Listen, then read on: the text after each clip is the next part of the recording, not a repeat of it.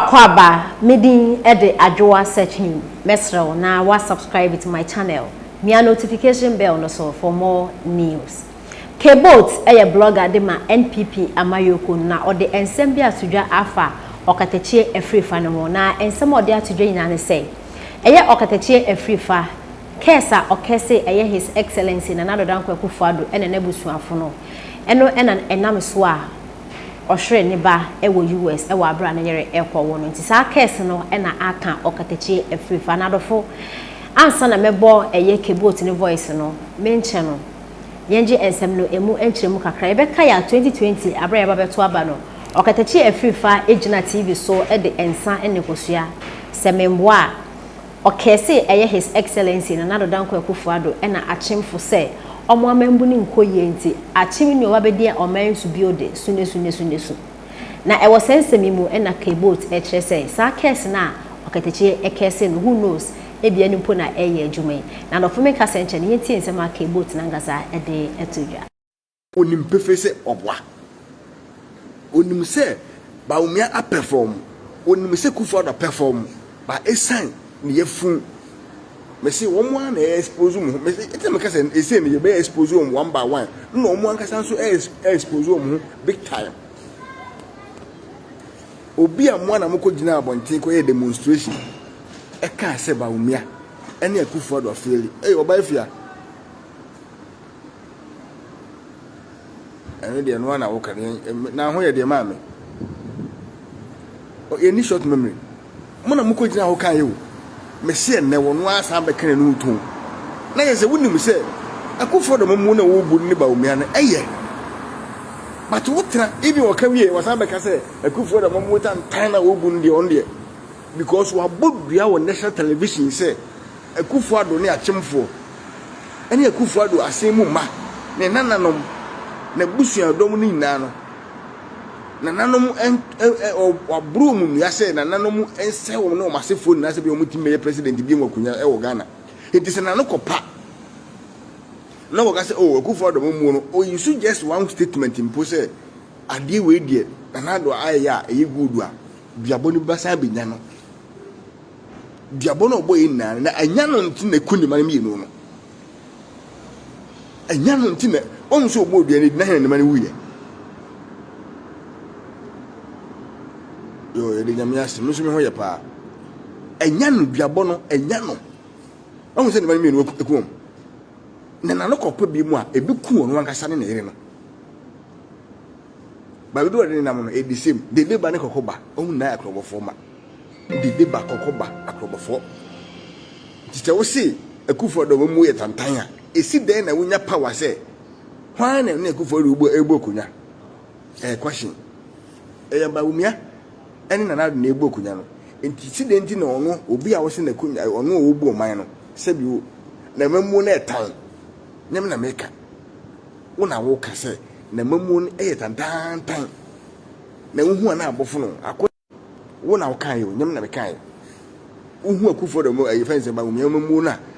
Akufo Addo mamu na ye wo tan na wo bofo no nipa na wo na mamu na wo bofo no na ye wo tan no the same nipa na de wo se ne vice president ni begina de a wo be stop campaign na wo ye Mahama na no be campaign de tia Mahama because it tells you say there is something good wo under do a wo ni mu papa ni mu ba ya bro Okatakyie abro ene wo betra sekete wiase nyina se me si ye beyiyi mu ankasa ma no maako mo nsem ye ma mo ho ntomo wo ni sa me si Maria Bodu abrokwa oye mo bokra o san mo bo yuka djuma yi di bedi mo no ene Okatakyie free fa se mo bia so Kevin Taylor so na djuma na o ye no se wo a wo te Ghana na wo ye baburu na wa dwen ye wo se o ya de bi e boboa wo bobu na wo te Ghana sini hu obwa na mum de wo ye ne se ono de burden the platform apenisika for no one. You see how people are so hypocrite. So I'm saying the party nya chum any nipa bone 17 no. You see all kuninua na ona gidi na nka odamfo esanse damfo and then na esinti a wo ku be expose no because of say the wo hu say the platform re kosoro onya a lot of money and when jai radio station dwuma wo ye could be a platform efrase say won so o boy de wo de enti no be kum offense dwafo aton no ma na say no krese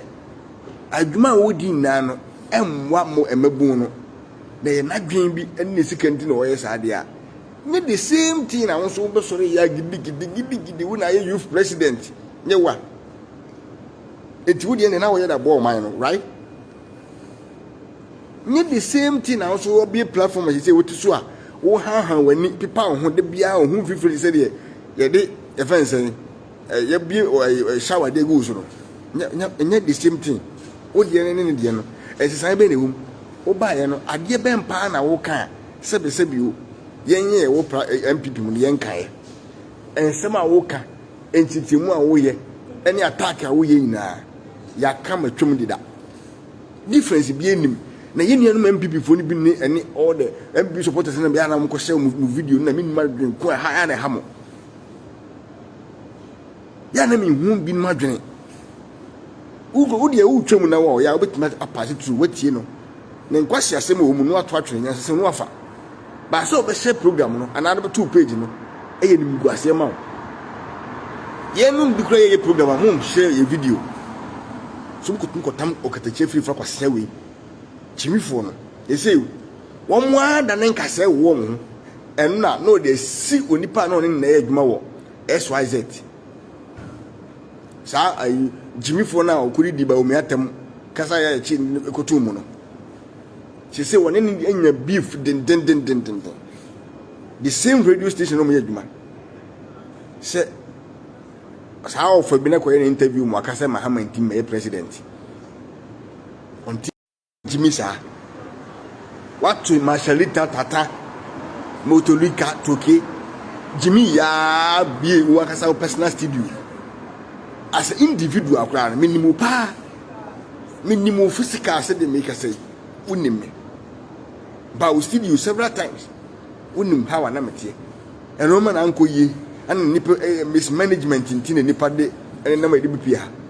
at that time I can't me remember me busa 2000 coming na me meeting ba ho se me fa 10 million that time imagine how an amateur usin basta so ni me I know you so ni kade e kade o kai me o kai me and never better lende want me handle your own studio ya ne mpese be kan se mugu mu ase your own studio small thing want me handle abetra hanom na aban na ehwew abetra o ba